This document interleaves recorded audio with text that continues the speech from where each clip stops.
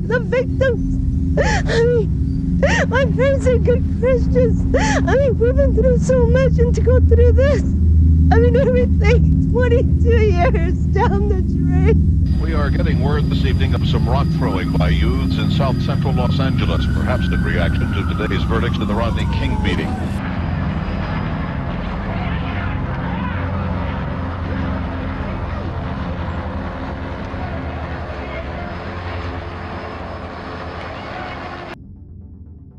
In my personal opinion, I think it was necessary for a lot of people to wake up. A lot of times people won't acknowledge it as a problem until something really bad happens. My dad had a business in Paramount, which is basically like right across the bridge from Compton, and we got looted the last day of the riots.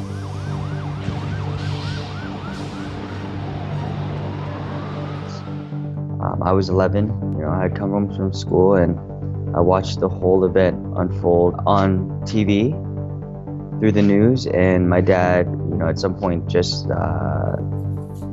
got up and left. As an 11-year-old, it was very evident that he was going to wherever that conflict was on TV. Some of my friends, they were gangs, Korean gangs, and it was really, you could feel back then when the riots started beginning. I mean, every place was small, burning, We had a gun back then. And then we would help people, not people to burn down their places. I was a police officer, a young officer actually. I only had maybe 3-4 years in the police department. That day was kind of rough because I was working to the graveyard shift, which was 11 p.m. to 7 in the morning. And then I go home and I watch the news and it's burning. The whole city is burning. So they call us at work, come to work. I had 2 hours of sleep. I think that day I was up like 24 hours. LA is sort of the center of the good life, of this dream of having a home in a nice neighborhood. Crime was really coming up. A lot of gang was getting out of crazy. Cocaine industry, the rock industry, the heroin use was really high. Unemployment was very high for the black community, as well as some of the Hispanic community. There was a lot of racial tensions, and a lot of that tension was coming from the prisons. After the Watts riots, those stores were sold, and it was first African Americans who owned it, and then they sold it to a new immigrant population, the Korean Americans. These Koreans come into the society and they're just building business all over the place. They're all coming in and they're, thriving. A lot of jealousy inside. And they were killing Koreans too. Stolen was getting killed by the people in that area. There's a bitterness, there's a resentment, there's a fire that can so easily get ignited. They come here, they pour their life into it to start a livelihood for their kids. And it was burning just one night, just because of the skin color of who you were.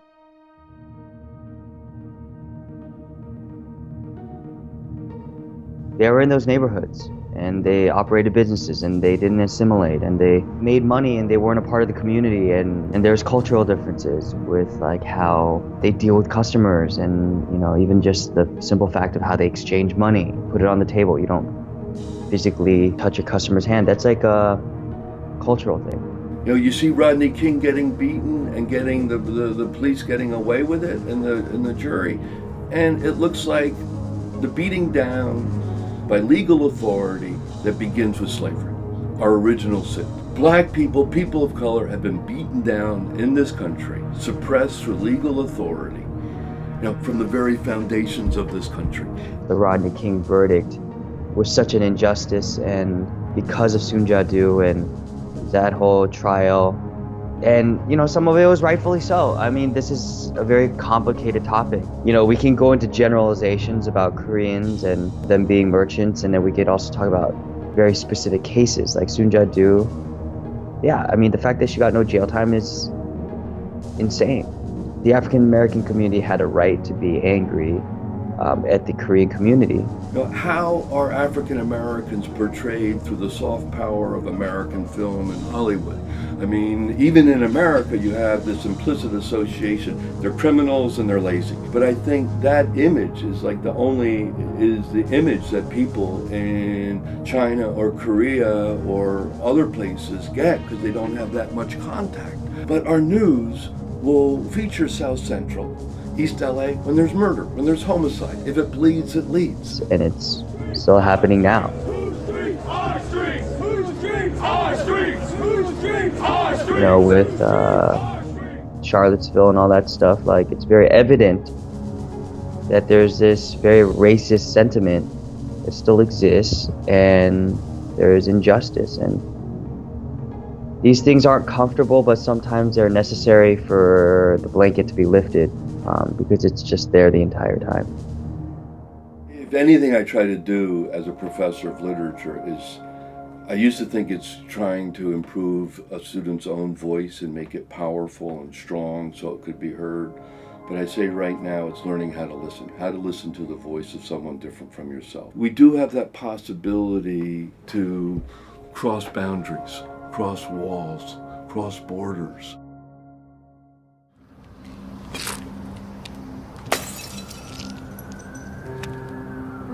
It's getting crazy out there. Yeah, People are mad. as they should be. Over the years, as an actor, I've auditioned for a lot of LA Riots films, and I felt that if I didn't do it, no one was going to tell the Korean American experience, and the Korean community was the most financially hit. After the fact, we're blamed for the riots. You know, they tried to use us as a scapegoat, and I just want to tell a very intimate, personal story about, you know, two brothers. You know, there's two ways to think about this whole thing. Is one is being a victim, and the second is being an educator. Yeah, I mean, we've been ignored. We've been like sort of a silent, unheard community, but you know, and what? You can sit there and cry all day, but no one gives a shit. You know, like, that's why I made the film. Because here's the thing is it the United States' responsibility? Yes and no. Yeah, it is, because we're here. But at the same time, if you were to go anywhere else in the US besides the coasts or any metropolitan city and you ask, hey, did you know this was a problem? They'll tell you no. Not because they're bad people, but because they just aren't aware. I think there's a very victim mentality to say, oh, America owes us something. As a Korean American, this is my own personal opinion and people can disagree with me. Complaining really, it unearths the problem, but it doesn't solve the problem. You know, and I think in order to solve the problem, you have to take action.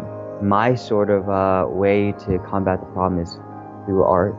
That's just me personally. You know, to be acknowledged by, you know, respected institutions like Sundance, and then having the audience vote and getting, you know, the audience award in the next division. I mean, those kind of things are extremely rewarding and important because it's acknowledgement that our stories matter, that there is some sort of importance. It's a collective. It's not like we're not alone in our journey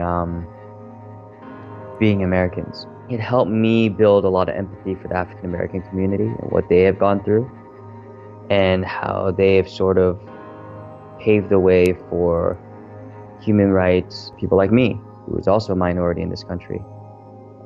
And it just opened my eyes to a lot of different injustices in the U.S. history, in our history.